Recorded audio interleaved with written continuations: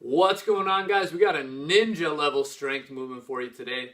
It's called the Renegade row. The Renegade row is an unbelievable way to kind of integrate a lot of core into a rowing motion. So you're basically planking plus rowing. Okay, so here's how it works. Set up your weights.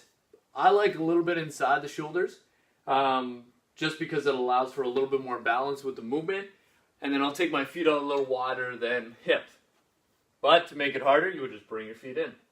So get into my plank position. Abs are tight, butt is tight.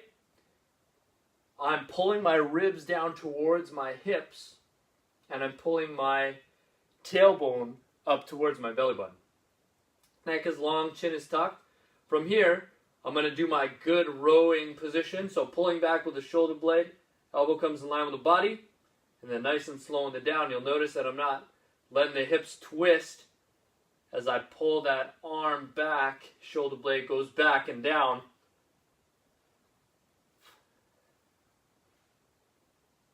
Trying to keep a plate of food from spilling off your back. Alright guys, that's a Renegade row. Go get 'em.